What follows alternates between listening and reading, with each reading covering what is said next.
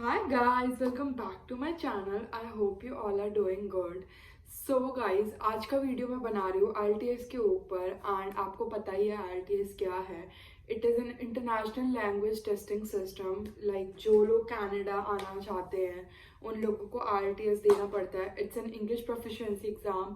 It's just that they are testing your English and they are testing that you are eligible and you can speak in English and you can come to Canada and you can communicate with people in English. That's all they want to test and how fluent you are.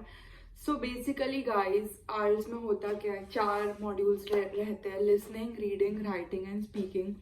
ये चारों topic पे मैं अलग अलग video डालने वाली हूँ with tips and tricks. So stay tune for that. And like बहुत सारे स्टूडेंट्स को मोटिवेशन चाहिए था क्योंकि मैं जानती हूँ आइल्स का डर क्या होता है, क्योंकि मैंने भी सेम चीज़ फेस की है. मैं बहुत ज़्यादा डरी हूँ आइल्स को लेके, क्योंकि लोगों को लगता है आइल्स तो बेसिक इंग्लिश है यार, कोई भी दे सकता है, अभी जाके दे आएंगे. बट नहीं, जो आइल्स की प्रिपरेशन करता है उसको मालूम होता है it's not like English, but उसमें आपकी मेंटल एबिलिटी भी टेस्ट होती है. क्योंकि आपको जो मैं कहूँगी रीडिंग में सबसे ज़्यादा आपकी एबिलिटी टेस्ट होती है, क्योंकि रीडिंग बहुत ज़्यादा टफ होता है. मैं ये फील करती हूँ क्योंकि इसमें हम लोग जब पैसेज सॉल्व करते हैं आंसर ही नहीं मिलते. रिलेट करो अगर आप भी सेम फेस करते हो, क्योंकि मेरे साथ तो रीडिंग में बहुत ज़्यादा प्रॉब्लम होती थी. मेरे को उम्मीद ही नहीं थी कि मैं रीडिंग क्लियर कर पाऊँगी, बट टचवुड मैंने कर लिया था. सो गाइज आइल्स का है ना, अभी एलिजिबिलिटी लाइक चेंज हो गया. पहले था 6 बैंड्स इन एवरी मॉड्यूल. अब तो ऐसा हो गया कि आपके 5.5 भी अगर आते हैं तो you are eligible to come to Canada and कोई रिजेक्शन वगैरह नहीं आता. But it's better to score 7 bands and 6.5 in each modules, ताकि रिजेक्शन ना आए. क्योंकि अगर रिजेक्शन आ गया इसकी वजह से तो क्या करोगे आप लोग. सो ये एलिजिबिलिटी है इसकी.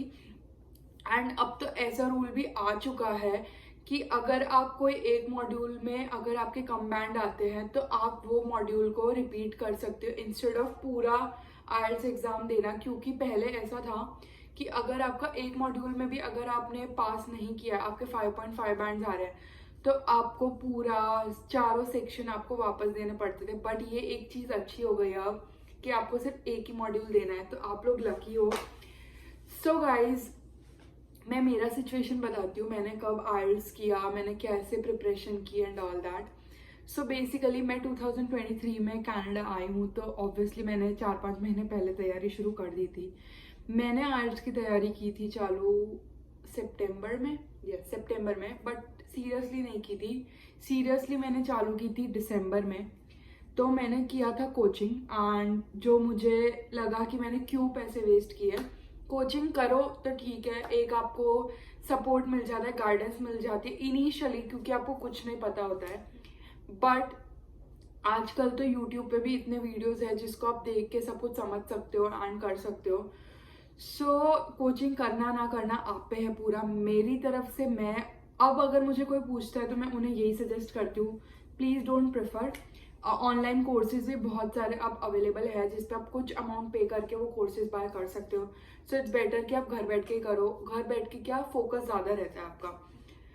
सो मैंने कोचिंग की, मैं 2-3 महीना गई, मैं सब समझ गई कैसे क्या होता है. देन दिसंबर एंड से मैंने फुल प्रिपरेशन चालू की कि नहीं भाई, मुझे जैन में कुछ भी करके आइल्स देना है. क्योंकि इसमें 2 टाइप होते हैं, एक होता है रिटर्न एंड एक होता है कंप्यूटर बेस्ड. सो रिटर्न टेस्ट का रिजल्ट आता है 15 डेज में, 15 to 18 डेज में, एंड कंप्यूटर टेस्ट का 3 दिन में आ जाता है. तो लोग ज़्यादातर रिटर्न ही प्रेफर करते हैं क्योंकि हम लोग को लिखने की ज़्यादा आदत होती है. सो मैंने भी रिटर्न ही लिया था एंड इसलिए मैंने सोचा कि जैन में तो एग्ज़ाम देनी ही पड़ेगी. क्योंकि अगर मुझे सितंबर इनटेक लेना है तो कॉलेज में अप्लाई करना, वीज़ा आना, और तब वीज़ा के रिजेक्शन भी बहुत चल रहे थे, तो मैंने सब चीज़ जल्दी की थी. सो ये हुआ, मैंने एग्ज़ाम दी. जैन एंड में भी नहीं दी, मैंने फेब में दी, फेब 11th में, क्योंकि मेरा पासपोर्ट ही जैन एंड में आया था.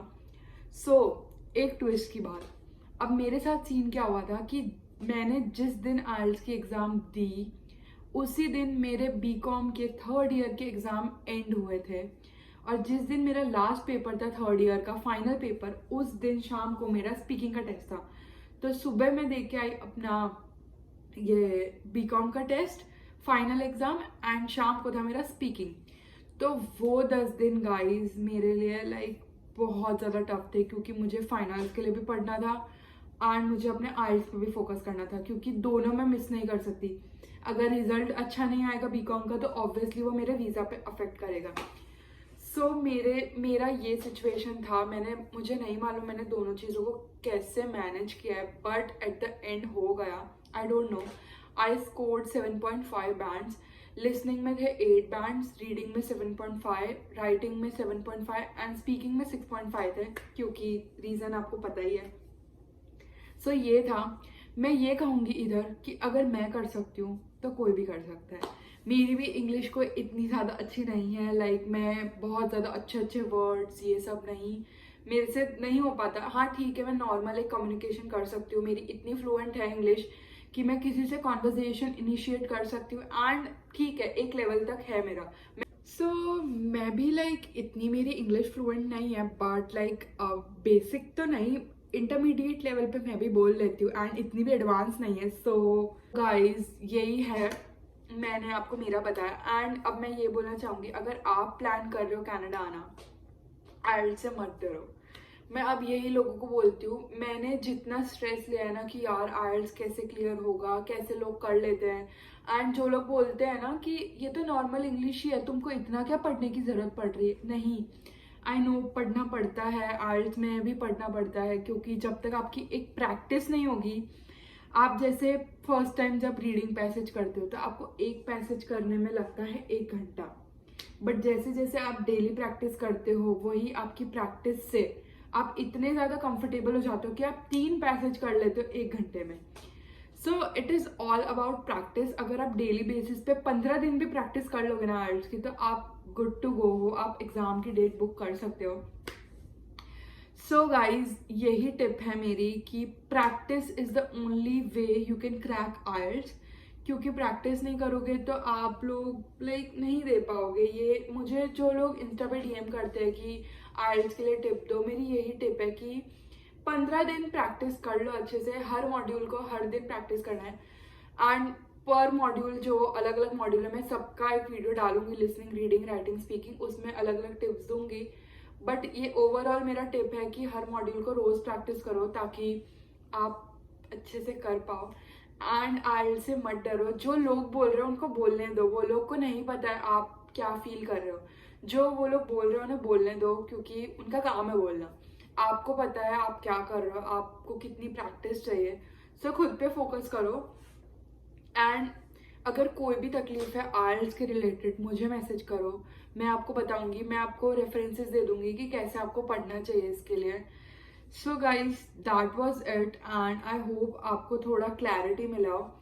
एंड अगर आपको, मैं स्टार्टिंग में जब मैंने बैंड्स का बताया, मैं एक स्क्रीनशॉट डाल दूंगी कि क्या एलिजिबिलिटी है, ताकि आपको पता चल जाए कि आपको कितने बैंड्स लाने हैं। एंड टारगेट हमेशा 7.5 8 का ही रखना है। मैं तो बोलूँगी 9 का ही रखो, ताकि 8 7.5 7 भी आए तो you are satisfied. So guys that was it for the video. I hope आपको ये वीडियो पसंद आया हो, एंड लाइक करो वीडियो को, कमेंट करो अगर कोई भी डाउट है, एंड सब्सक्राइब करो मेरे चैनल को। और मिलते हैं अब अगले वीडियो में। Bye for now.